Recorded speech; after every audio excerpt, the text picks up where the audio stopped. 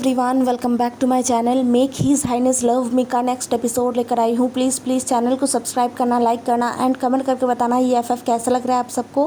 पिछले एपिसोड में हमने देखा था विंग अपनी इमोशन को कंट्रोल नहीं कर पाया था और वो रो पड़ा था वांग जी के सामने, जिसे देखकर वांग जी बहुत ही ज़्यादा परेशान हो गया था। और फिर वांग जी और विंग के बीच पहली बार शायद इतना बातें हुआ था। वांग जी ने विंग से इतनी सारी बातें कहा था बिना विंग के पूछे। विंग खुश था और साथ ही में बहुत ज़्यादा शर्मिंदा भी था अपनी हरकतों से। वो बच्चों की तरह हरकतें कर रहा था। अब हम आगे देखते हैं। उसके बाद लगभग 1.5 हफ्ते बीत गए थे। इन 1.5 हफ्तों में विंग काफ़ी अच्छा महसूस कर रहा था, क्योंकि वांग जी खुद से विंग से थोड़ा बहुत बात करने लग गया था और अपने समय को थोड़ा सा विंग को वो दे रहा था। इन समय में विंग ने महसूस किया कि सच में वांग जी बहुत ज़्यादा काम कर रहा है। अकेला पूरे सेक्ट को संभालना उसके लिए शायद बहुत ज़्यादा हो रहा था। हाँ, वो कोई ऐसा इंसान नहीं था जिसे सेक्ट संभालने के लिए तैयार किया गया हो। उसने बचपन से ही कभी भी इन सारी चीज़ों पर ध्यान नहीं दिया था। वो बस अपने ड्यूटीज़, अपनी पढ़ाई, अपने कल्टीवेशन को लेकर रहने वाला इंसान था। और अचानक ही उसे इतना बड़ा सेक्ट का जिम्मा दे दिया गया और उसके आसपास जिन्हें उसे ढाल बनकर सिखाना चाहिए था वही लोग उससे दूर है। शायद यही वजह है कि वांग जी इतना ज़्यादा मेहनत कर रहा था, इतना ज़्यादा उसे मेहनत करना पड़ रहा था। विंग को थोड़ा बुरा लग रहा था कि उसने पहले उस तरीके से चीज़ों को समझा। उसने पहले ये समझा कि बस महाराज उसे इग्नोर करते हैं, लेकिन ऐसा नहीं है। सच में ऐसा नहीं है। आजकल विंग के दिल में अजीबोगरीब ख्याल आते हैं। उसके पेट के अंदर तितलियाँ उड़ने लगते हैं। अजीब सा ख्याल, जैसे वो आसमान में उड़ता रहता है, अपने ख्यालों में खोता रहता है और उसके ख्यालों में सिर्फ़ और सिर्फ महाराज है, लान वांग जी है। विंग जब भी वांग जी के बारे में सोचता है तो उसका दिल बहुत ज़ोर ज़ोर से धड़कता है। उसे खुद बहुत ज़्यादा शर्म आने लगता है। आजकल वो चीज़ों से दूर भागता है, अपने पुराने ख्यालात से दूर भागने लगा था। आजकल विंग के दिमाग में बस एक ही ख्याल था कि महाराज जब आएंगे तो विंग महाराज से क्या बात करेगा, महाराज से आज किस तरीके से बात करेगा, किस तरीके से वो तैयार होकर रहेगा। हालांकि विंग कभी भी बहुत ज़्यादा तैयार नहीं होता है, लेकिन आजकल वो खुद पर ध्यान देने लगा है। ये सारी चीज़ें वो क्यों कर रहा है, किस लिए कर रहा है, उसे सच में नहीं पता। उसका दिल क्या चाह रहा है उसे नहीं पता। उसे बस इतना पता है कि महाराज के आसपास होने से विंग को खुशी महसूस होता है बहुत ज़्यादा, और विंग सब कुछ भूल जाता है। दुनिया में क्या चल रहा है, क्या नहीं चल रहा है, शायद सब कुछ वो भूल जाता है। 16 साल का विंग किन एहसासों में खो रहा था ये शायद उसे खुद भी नहीं पता, लेकिन यह एहसास बहुत मीठा है, बहुत ज़्यादा। मीठे के साथ इस एहसास में कड़वेपन भी बहुत ज़्यादा है। ये विंग को नहीं पता है, उम्र ही ऐसा है, उसे सच में नहीं पता, क्योंकि उसे नहीं पता है कि वो लान वांग जी से, महाराज से वो प्यार करने लगा है। उसके दिल में महाराज के लिए प्यार आने लगा है। महाराज के लिए वो बहुत ज़्यादा कमज़ोर होता जा रहा है। वही कमज़ोरी जो उसके ब्रदर को इतना टूट कर, बिखर कर एकदम झंझोर चुका है, वही कमज़ोरी जिसकी वजह से उसका ब्रदर दिन रात रोता रहता है, वही कमज़ोरी जिसकी वजह से शिचेनगा मरने के लिए भी तैयार थे, वही कमज़ोरी जिसकी वजह से शिचेनगा ने अपने आप को सबसे दूर कर लिया, अपने परिवार से दूर कर लिया। प्यार में जितना खुशी होता है उससे कहीं ज़्यादा तकलीफ़ छुपा रहता है। लड़ाई करना पड़ता है जिनके बारे में विंग को नहीं पता, क्योंकि विंग को अभी भी ये नहीं पता कि वो लान वांग जी से प्यार करने लगा है। जब उसे पता चलेगा तब विंग का रिएक्शन क्या होगा? क्या वो डर जाएगा? ज़रूर ही डरना चाहिए, क्योंकि उसने अपनी आंखों के सामने अपने ब्रदर को देखा है। दूसरी तरफ वांग जी जो सभा में था, अपने काम को कर रहा था, अपने ड्यूटीज़ को निभा रहा था, तभी एक दूत आया जियांग क्लैन से। उसके भेजे गए चिट्ठी का शायद जवाब है। उसे देखकर वांग जी तुरंत उस चिट्ठी को ले लेता है और उसे खोलता है। फिर उसे ध्यान से पढ़ने लगता है। हाँ, ये उसकी चिट्ठी का ही जवाब है, जिसे पढ़ने के बाद वांग जी सच में खुश था। वो कुछ बड़ा करना चाहता है, वो अंकल को दुख नहीं पहुंचाना चाहता, वहीं पर वो अपने ब्रदर को इस हालत में भी नहीं देख सकता। इसीलिए वांग जी ने सोच समझकर ये फैसला लिया है। वांग जी चिट्ठी को रखते हुए बाहर देखता है। कुछ ही देर में अंधेरा हो जाएगा और वो फुरैन से मिल पाएगा। फुरैन शायद बहुत खुश होंगे, है ना? क्या वांग जी को अभी बता देना चाहिए? नहीं, अभी नहीं, थोड़ी देर और। फुरैन ने बहुत इंतज़ार किया है, तो और 3-4 दिन इंतज़ार कर लेंगे तो कुछ ज़्यादा बुरा नहीं होगा, है ना? अच्छा, 3-4 दिन बाद फुरैन का चेहरा कैसा लगेगा? क्या वो खुशी से झूम उठेंगे या फिर वो मुझे गले से लगा लेंगे? मैं चाहूँगा कि वो मुझे गले से लगा लें। वो जब भी मेरे सीने पर आते हैं तब मुझे बहुत ज़्यादा राहत महसूस होता है, मुझे बहुत ज़्यादा शांति महसूस होता है और ऐसा लगता है कि बस इस ज़िंदगी में और कुछ चाहिए नहीं। मुझे नहीं पता ये क्या है, शायद इसे प्यार कहते हैं या फिर नहीं, लेकिन मुझे इतना ज़रूर पता है कि मैं फुरैन के बिना नहीं रह सकता और मुझे फुरैन को खुश करने के लिए, फुरैन को एक अच्छी ज़िंदगी देने के लिए जो कुछ भी करना पड़े मैं वो करूँगा। वांग जी जो बाहर देखकर ये सब कुछ सोच रहा था, तभी कुछ लोग आए। सख्त के कामों के लिए ही वो लोग आए थे। वांग जी उनके साथ फिर से सख्त के कामों में व्यस्त हो पड़ा। एक राजा होना कोई मामूली बात थोड़ी होता है, कितनी सारी जिम्मेदारी होता है। वांग जी को पता है अंकल बीमार नहीं है, वो बस वांग जी को सज़ा देना चाहते हैं, वो बस वांग जी को इस तरीके से पनिश करना चाह रहे थे। लेकिन वांग जी वो हार नहीं मानेगा, बिल्कुल नहीं। वो अपना ड्यूटी हर हाल में पूरा करेगा। ये कहते हुए वांग जी अपने काम में फिर से जुट गया था। उसे जल्द से जल्द काम करना होगा। रात का खाना वो फुरैन के साथ ही खाएगा। आजकल वो रात के खाने को बहुत अच्छे से खुशी के साथ खा पाता है। किसके साथ खाना खाना भी इतना खुशी भरा हो सकता है, ये पहली बार वांग जी को पता चल रहा था। आज से पहले उसे कभी ऐसा नहीं लगा। हालांकि हाँ, जब वो छोटा था तब वो खुश हुआ करता था अपने ब्रदर के साथ खाना खाते हुए, लेकिन जब वो दोनों धीरे धीरे बड़ा होना शुरू करते हैं तब उन दोनों की रिस्पॉन्सिबिलिटीज़ अलग हो जाते हैं।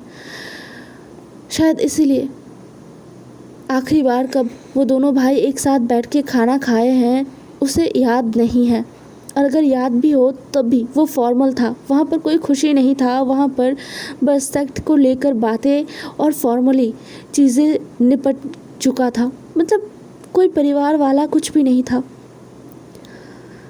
जो फुरैन के साथ वांग जी को महसूस होता है वो आज तक किसी के साथ महसूस नहीं हुआ है।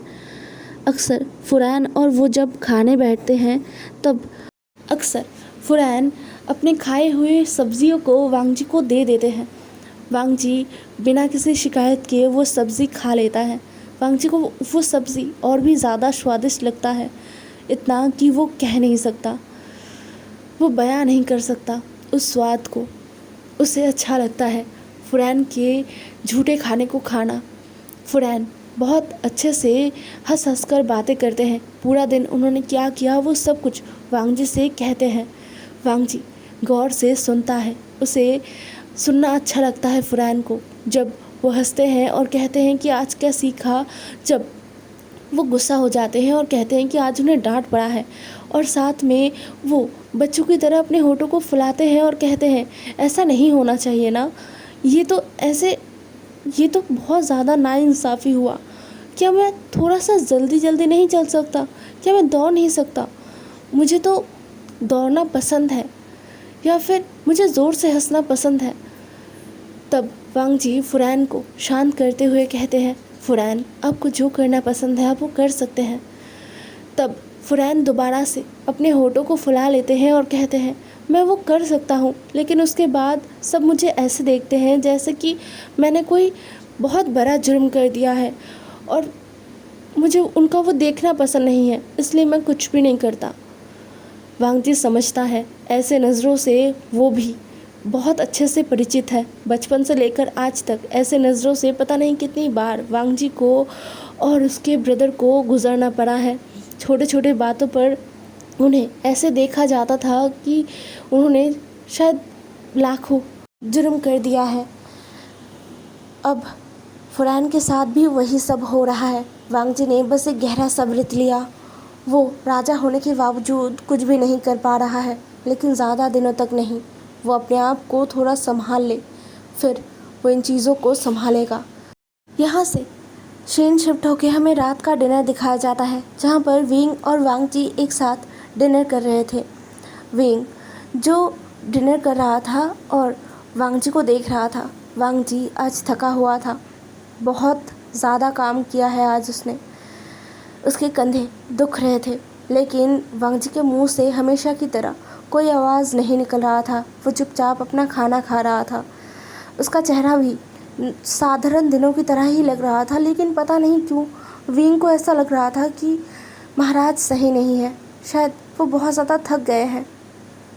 विंग वांग जी को क्या धीरे धीरे समझने लगा था? विंग को नहीं पता है, लेकिन विंग को इतना ज़रूर पता है कि महाराज आज थके हुए हैं बहुत ज़्यादा। इसलिए खाना खाते हुए ही विंग ने बात शुरू किया। विंग धीरे से कहता है, महाराज। वांग जी ने अपनी आंखों को ऊपर किया और विंग को देखा। शायद वो इंतज़ार कर रहा था अपने फुरैन के बोलने का।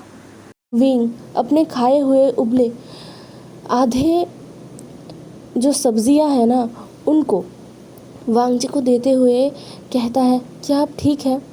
आपका तबीयत ठीक है ना? आप बहुत ज़्यादा थके हुए लग रहे हो। यह सुनकर वांग जी थोड़ा सा हैरान हो गया। पहली बार उसके ब्रदर के अलावा कोई इंसान उसे देखकर ये कह रहा था कि वो थका हुआ है। वो सच में थका हुआ था, लेकिन फिर भी वांग जी ने इस बात को जाहिर होने से खुद को रोक दिया और कहा, नहीं फुरैन, मैं ठीक हूँ। विंग ने और कुछ नहीं कहा, मतलब इस बारे में उसने और कुछ नहीं कहा। दूसरी तरफ विंग के दिए आधे खाए जो सब्जियां हैं ना, उन्हें वांग जी चुपचाप खा रहा था। विंग उसे पहली बार जब उसने ये किया था ना, उसे बहुत ज़्यादा शर्म आ गया था। जब उसने ये किया था पहली बार, तब वो अपने होश में नहीं था। वो बस कुछ बातें करते करते अपना आधा खाया हुआ सब्ज़ी वांग जी को, मतलब महाराज को दे चुका था। आज से लगभग 8 दिन पहले 8 दिन पहले ही उसने दे दिया था। और जब उसे होश आया तब वो बहुत ज़्यादा हैरान हो गया ये देखकर कि महाराज चुपचाप उसके खाए आधे सब्ज़ी को खा रहे हैं, बिना किसी शिकायत या बिना किसी घिन के। ये सोचकर उस वक्त विंग को बहुत ज़्यादा शर्म महसूस हुआ था, और आज भी उसे थोड़ा सा शर्म आता है, मतलब वो थोड़ा सा शाय फील करता है, लेकिन ये करना उसे अच्छा लगता है। अपना खाया हुआ आधा सब्ज़ी वांग जी को देना पता नहीं क्यों उसे बहुत अच्छा लगता है। दूसरे ही पल विंग ने अपने सोच को रोक दिया, क्योंकि उसे कुछ याद आ गया था। अब विंग थोड़ा हड़बड़ी में कहता है, वो महाराज, मैं आज गगस से मिलने गया था। यह सुनकर वांग जी ने विंग को शांत नज़रों से देखा। विंग थोड़ा बेचैनी से कहता है, महाराज, गगस सही नहीं है, वो मुझसे मिलना भी नहीं चाहते। क्या मैंने कोई गलत काम किया है? नहीं ना, अगर गगा मुझसे मिलती तो मैं उनसे बात कर पाता ना, लेकिन वो मुझसे बात ही नहीं करना चाहते। मैं आज भी 1 घंटा बाहर खड़ा रहा, लेकिन गगा मुझे अंदर आने नहीं दे रहे थे। ये कहते हुए विंग ने अपने होठों को फुला लिया। वांग जी ने विंग के फूले हुए होठों को देखा और गल्प किया। फिर थोड़े वक्त बाद वांग जी ने कहा, फुरैन, गगा अकेला रहना चाहते हैं, उन्हें अकेला रहने दीजिए। शायद वो एक वक्त आने पर समझ जाएंगे कि हम उनका बुरा नहीं चाहते थे। यह सुनकर विंग ने वांगजी को देखा और कहा, लेकिन महाराज, ऐसे गगा को अकेला छोड़ना ये तो सही नहीं है ना। गगा का तबीयत खराब है और ऐसे अकेलेपन में इंसान के दिमाग में बहुत भयानक ख्याल आते हैं। इंसान अंदर से और ज़्यादा टूट जाता है। मैं नहीं चाहता कि गगा अपने आप को तकलीफ़ दे। मैं नहीं चाहता कि गगा फिर से बहुत बुरी तरीके से बीमार पड़ जाए। यह सुनकर वांगजी समझ रहा था विंग उसके ही जैसे परेशान है उसके गगा के लिए। फिर वांगजी ने शांत लहजे में विंग को शांत करते हुए कहा, शांत हो जाइए फ्रेंड, मैं समझ रहा हूँ आप बहुत ज़्यादा परेशान हैं गगा के लिए। मैं भी हूँ, चिंता मत कीजिए। मैंने गगा के लिए एक बहुत ही अच्छा दवाई मंगवाया है। ये सुनकर विंग को कुछ समझ नहीं आया। गगा को दिल का बीमारी है। वो अपने अंदर से, अपने दिल से टूट चुके हैं, दिल और दिमाग से टूट चुके हैं। इसे दवाई देकर कैसे ठीक किया जा सकता है? इसे तो बस अपनों का प्यार मिलना चाहिए, अपने का साथ मिले, तभी इंसान इन सारी चीज़ों से बाहर आ सकता है। तो फिर गगा दवाई खाकर कैसे बाहर आ सकते हैं? अपने सोच को विंग ने वांगजी के सामने रख दिया। वांगजी ने अपने फुरान की बातों को सुना और फिर मुस्कुराते हुए कहा, फुरान, आप चिंता मत कीजिए।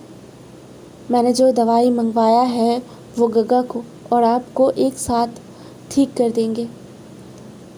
यह सुनकर विंग को कुछ समझ तो नहीं आया, लेकिन विंग ने ज़्यादा सवाल और किया नहीं। विंग ने बस अपना सर हाँ में हिलाया और कहा, हाँ, मैं चाहूँगा कि अगर ऐसा कुछ हो तो जल्द ही हो।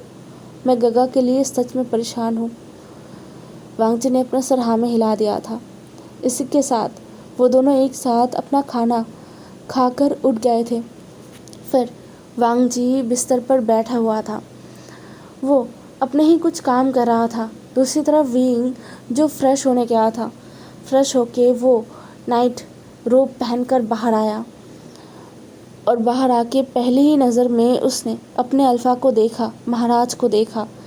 और एक बार फिर विंग ने अपने पूरे शरीर में एक अलग सा सिहरन महसूस किया। अपने पेट के अंदर उसने बहुत सारे बटरफ्लाई को महसूस किया जो उड़ रहे थे। उसके चीक्स लाल हो रहे थे, लेकिन विंग ने अपने आप को संभाला। फिर वो धीरे धीरे बिस्तर के पास चला गया। विंग को बिस्तर के पास आते हुए देखकर वांगजी ने अपने हाथ में पकड़े स्क्रॉल्स को बंद किया और उन्हें टेबल के ऊपर रखते हुए कहा, आइए फ्रेंड, देर हो रहा है, सुबह सुबह उठना भी तो है हमें। यह कहते हुए वांगजी लेट गया था। विंग जो कुछ सोच कर आया था, लेकिन वांगजी को लेटते हुए देखकर ना उसका चेहरा एकदम उतर गया। वो कुछ कह नहीं पाया, वो बस चुपचाप वांगजी के करीब आके लेट गया। वांगजी एक हाथ से विंग को अपने सीने पर लाके सुला देता है। विंग वांगजी के सीने पर लेटा हुआ था और एक हाथ से वांगजी के दिल के ऊपर वो वांगजी के रोब को पकड़ के ना खींच रहा था धीरे धीरे। अपने दोनों उंगलियों पर वो वांगजी के रोब को लेकर खेल रहा था। वांगजी चुपचाप विंग जो कुछ भी कर रहा था उसे करने दे रहा था और अपने आंखों को बंद करके लेटा हुआ था। ऐसे ही लगभग 10 मिनट गुजरा और उसके बाद विंग एक झटके में उठकर बैठ गया था। वांगजी जो सोया नहीं था अभी तक, वो भी विंग के ऐसे उठने से ना उठकर बैठ गया था और विंग को पूछने लगा था, क्या हुआ है फुरैन, सब ठीक है ना? क्या आपकी तबीयत सही नहीं लग रहा है? मुझे बताइए। यह सुनकर विंग थोड़ा परेशान हो गया और उसे शर्म आने लगा। वो कैसे कहेगा ये, लेकिन उसे कहना था, उसे सच में कहना था। इसलिए विंग ने अपनी बातों को सजाया, लेकिन कुछ भी सही नहीं था। आखिर में विंग परेशान होकर अपने घुटनों पर उठकर खड़ा हो गया था। मतलब वो अपने पैरों पर खड़ा नहीं था, वो अपने घुटनों पर खड़ा था और इससे वो वांगजी के एकदम आमने सामने हो गया था। वांगजी जो विंग को देख रहा था और सोच रहा था कि विंग क्या कर रहा है। विंग अपने घुटनों पर खड़ा होके सीधा वांगजी के पीछे चला गया और वांगजी के कंधे को दबाने लगा। वांगजी जिसे अभी समझ नहीं आ रहा था कि फुरैन कर के रहे हैं, लेकिन उसे सच में बहुत अच्छा लग रहा था। विंग वांग जी के कंधे को दबाते हुए कहता है, महाराज आपका कंधा वो दुख रहा है ना? आपके चेहरे से पता चल रहा है। वांग जी एक दफ़ा फिर से हैरान हो गया। क्या सच में उसके चेहरे से पता चल रहा था? ये बात सच है कि उसके जो कंधे हैं ना वो बहुत दुख रहे थे। वो आज बहुत सारा जो स्क्रॉल्स हैं उन्हें चेक कर रहा था और साथ में बहुत सारे स्क्रॉल्स के काम भी उसने किए हैं। शायद इसीलिए उसके दोनों कंधे दुख रहे थे। लेकिन उसे नहीं पता था कि फुरैन को इतनी जल्दी ये सब कुछ पता चल जाएगा। क्या फुरैन सच में वांग जी को समझने लगा है? ये सोचकर वांग जी का दिल एक अलग से खुशी से झूम उठा। उसे सच में एक अलग सा खुशी महसूस हुआ। विंग जो बिना और एक शब्द बोले बस वांग जी के कंधे को दबाए जा रहा था। वो अच्छे से वांग जी के कंधे को, गर्दन को दबा रहा था। वांग जी की पीठ को भी वो मसाज कर रहा था। उसके नरम हाथ वांग जी के कंधे पर ज़्यादा ज़ोर तो नहीं डाल पा रहा था, लेकिन वांग जी को सच में अच्छा लग रहा था, बहुत अच्छा लग रहा था। ऐसे लगभग आधे घंटे चला। उसके बाद वांग जी ने खुद विंग को रोक दिया और कहा, फुरैन अब थक जाएंगे, अब सब ठीक है, कंधे ज़्यादा दर्द नहीं कर रहे हैं, मैं काफ़ी अच्छा महसूस कर रहा हूँ। विंग ने वांग जी के चेहरे को देखा और फिर बिना कुछ बोले अपना सर हाँ में हिला दिया। और उसके अगले ही पल वांग जी ने विंग को अपने सीने से लगाकर सीधा लेट गया, जैसे कि वांग जी इसके लिए बहुत देर से कोशिश कर रहा था। और एक झटके में उसने विंग को अपने बाहों में कर लिया। विंग को ऐसा लगा कि कोई बिल्ली जैसे चूहे पर झपट्टा मारता है ना, ठीक वैसे ही उसे एक झटके में वांग जी ने अपने सीने से लगाकर वो लेट भी गया है। विंग को बहुत हंसी आ गया ये सोचकर कि वो चूहा बिल्ली किसे बना रहा था। क्या वो बिल्ली महाराज को बनाना चाहता था और खुद चूहा? ये सोचकर ही विंग हंस पड़ा। ऐसे ही खट्टे मीठे तरीके से वांग जी और विंग का दिन गुजर रहा था।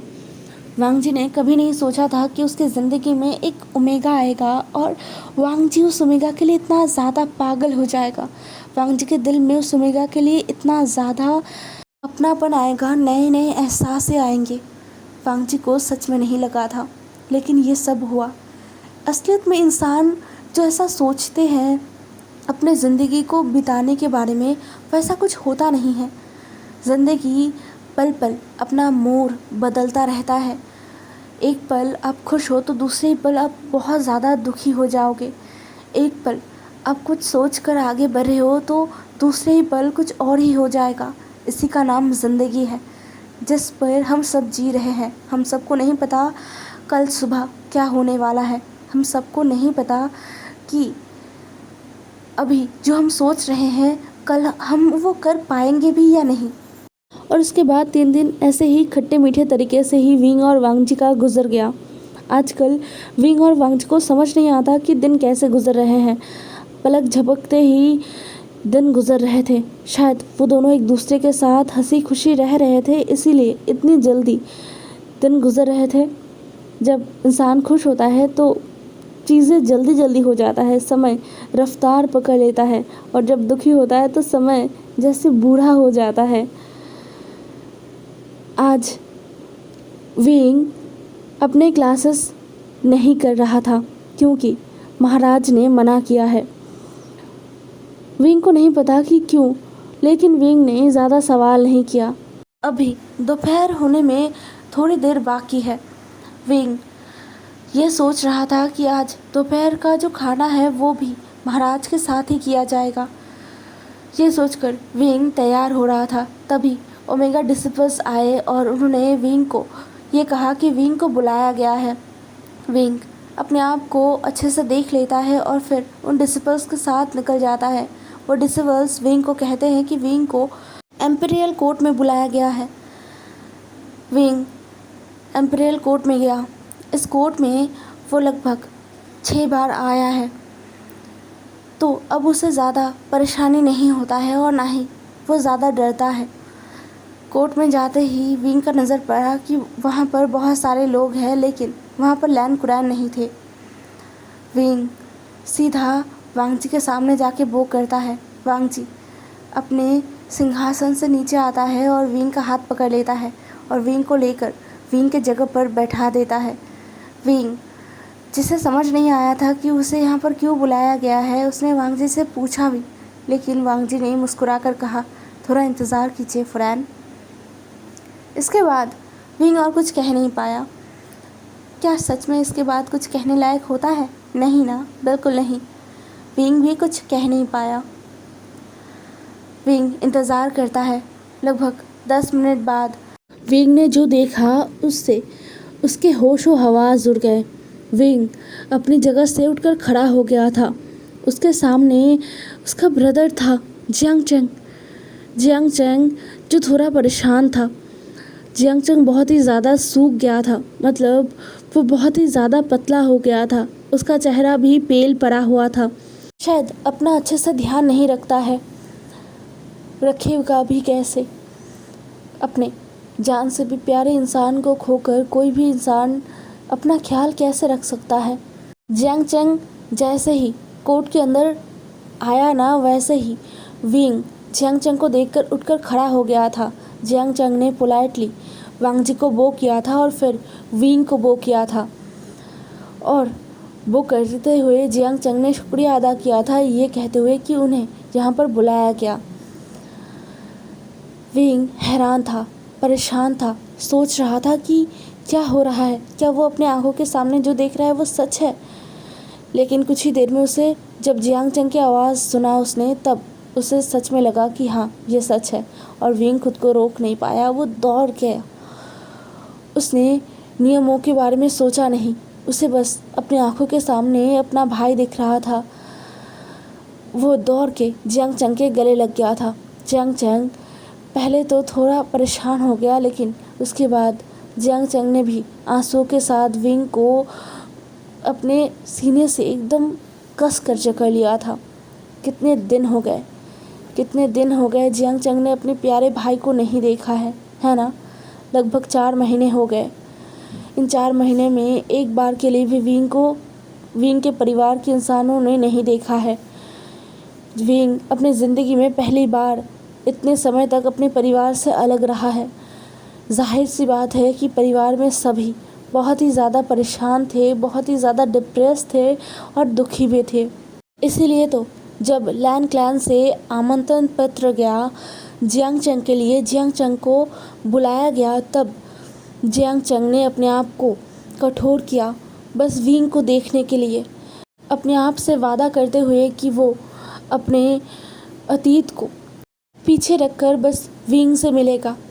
क्योंकि इतने दिनों में जियांग चंग ने अपने आप को संभाल लिया था, अपने आप को समझा दिया था कि सारे प्यार करने वाले इंसान एक नहीं हो सकते।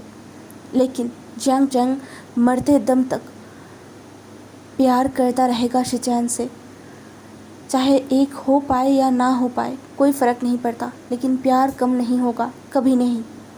वांग जी विंग और जियांग चंग को देखकर उसे थोड़ा सा बुरा लगा। वो अपने भाई के पास ऐसे कब जा पाएगा ये सोचकर, लेकिन तुरंत ही उसने अपने एक्सप्रेशन, अपने इमोशन को अपने अंदर दबा लिया और चुपचाप बस विंग और वांग जी को देखने लगा।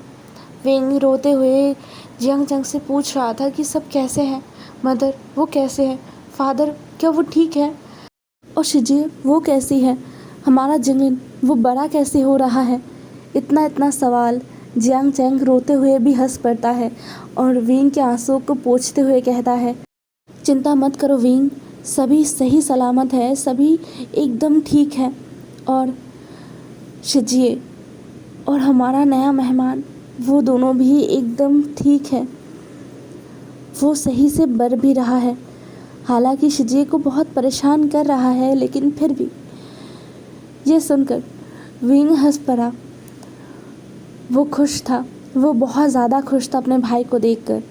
वांग जी ने दोनों भाइयों को एक साथ समय बिताने का मौका दिया।